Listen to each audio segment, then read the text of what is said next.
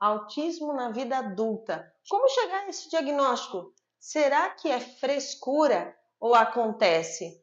Hoje nós estamos aqui com a Silvia, que é a gerente aqui da Movimente, e sim, ela vai falar sobre um caso que aconteceu na vida dela, do diagnóstico, de receber um diagnóstico de autismo na vida adulta e como foi tratado isso dentro da família dela e no convívio social. Oi, Silvia, tudo bem? Oi, tudo bem? Seja muito bem-vinda ao nosso Papo de Mãe.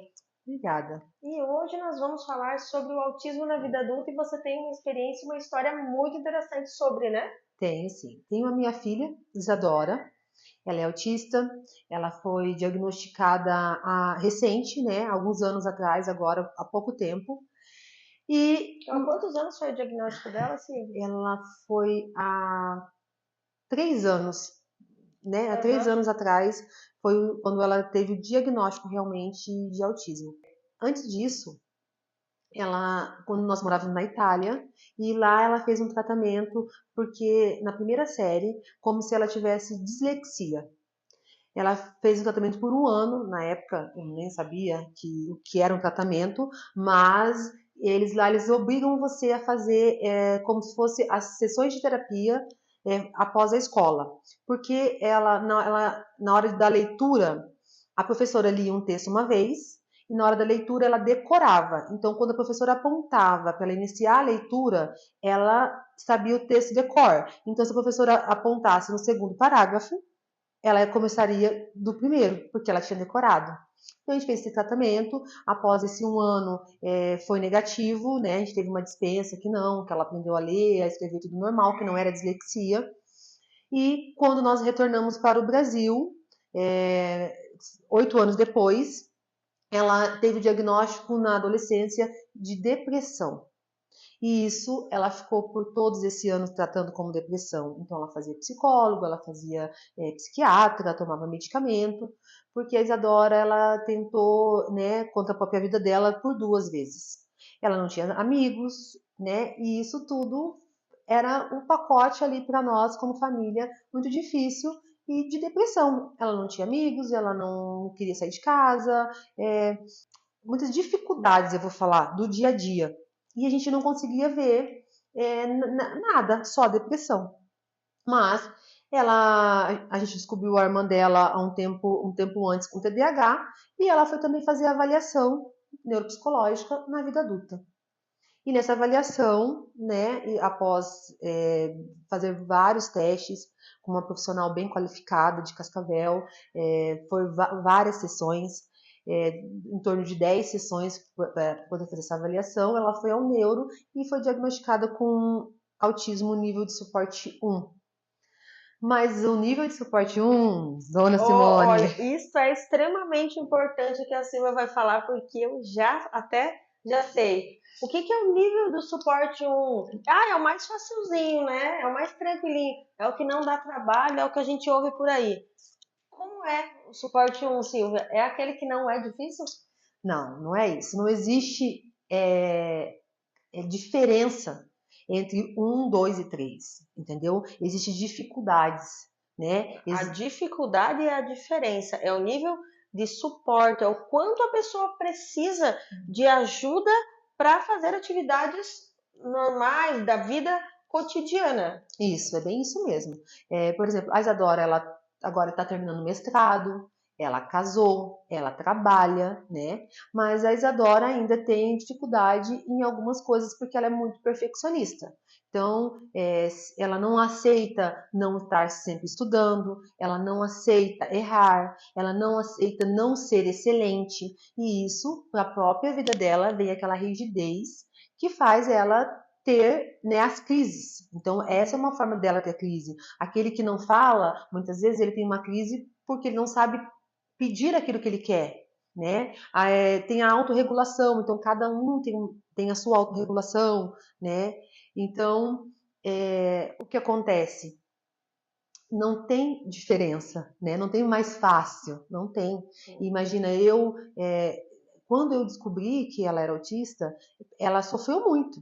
Por quê? Porque as pessoas não falavam assim: ah, mas você faz faculdade. Ah, mas você fala bem. Isso não muda em nada, entendeu? Ela é autista, O diagnóstico interno dela funciona de uma maneira diferente. Ela capta informações, sentimentos e necessidades de uma forma diferente, né? sim, e o que acontece? Ela nasceu autista, entendeu? Uhum. Ela não veio adquirir autismo na vida adulta. Então, e provavelmente ela pode ter ou não um filho autista, que é o que hoje a gente vê muito aqui na clínica. Um pai, na vida adulta, descobrindo que ele é autista, porque ele descobriu o diagnóstico do filho. E com a descoberta do diagnóstico, o pai também precisa de terapia, como a Isadora. Hoje a Isadora faz as terapias especializadas para autismo. Então ela faz psicologia com uma profissional em TCC. TCC, terapia cognitivo comportamental, é uma especialidade. Isso. E é isso que o autismo tem a necessidade, com essa linha de trabalho da psicologia, né? Isso. O ABA, ele é usado a ciência ABA, que também é um outro método, né? Ele é usado em todas as idades, né? Mas é uma unção dos dois, né? Então a profissional, tanto ela é especializada no ABA, quanto em TCC, que é comportamental, né? É a rigidez comportamental, porque quando você é um adulto, você já passou daquela fase de que as crianças estão aqui hoje, né? Uhum. Do início ali, mas você ainda tem rigidez cognitiva. Ah, não, estou doente e sofro porque eu não posso faltar ao trabalho. Um ponto bem importante que a Silvia falou, que eu gostaria de frisar a todas as mães, aos cuidadores, né? Hoje se fala muito que agora todo mundo é autista. Não, não é todo mundo é autista. Agora nós temos mais profissionais habilitados, nós temos mais ferramentas, nós temos mais informação. Que anteriormente essas questões eram vistas como criança mal educada, na questão da nutrição mesmo, a criança seletiva, não, ela é enjoada, deixa com fome que vai comer. Então, são todas essas questões que há 10 anos não se falava, que há 20 anos, há 40 anos, né, não se falava, e agora esses pais que estão chegando preocupados com seus filhos, estão descobrindo, né, Silvia, da mesma forma que você descobriu que o sofrimento lá da infância tinha nome, tinha o porquê, e hoje tem tratamento, talvez lá atrás não tivesse. É qualidade de vida. Eu sempre Qualidade falo. de vida. Qualidade de vida. A Isadora não comia nada que era amarelo e vermelho. Nada. Tomate, iogurte, nada. E a gente achava que uma vez ela comeu e passou mal. E a gente falava assim, ela não gosta, ela não sei o quê. Então, mas não era. Ela só gostava de brincar com coisas que era miniatura. Tem uma coleção de tudo. Você podia dar pra ela naquela época, né? Tipo, aquelas bonecas enormes da Angélica, de não sei o quê. Ela não queria, ela queria a miniatura. Então, se você desse pra ela um bebezinho daqueles de feijãozinho na nossa época, né? E uma bonecona, não, ela ia querer o menor, entendeu? Então, tudo ela gostava de menor, de tudo que era pequeno.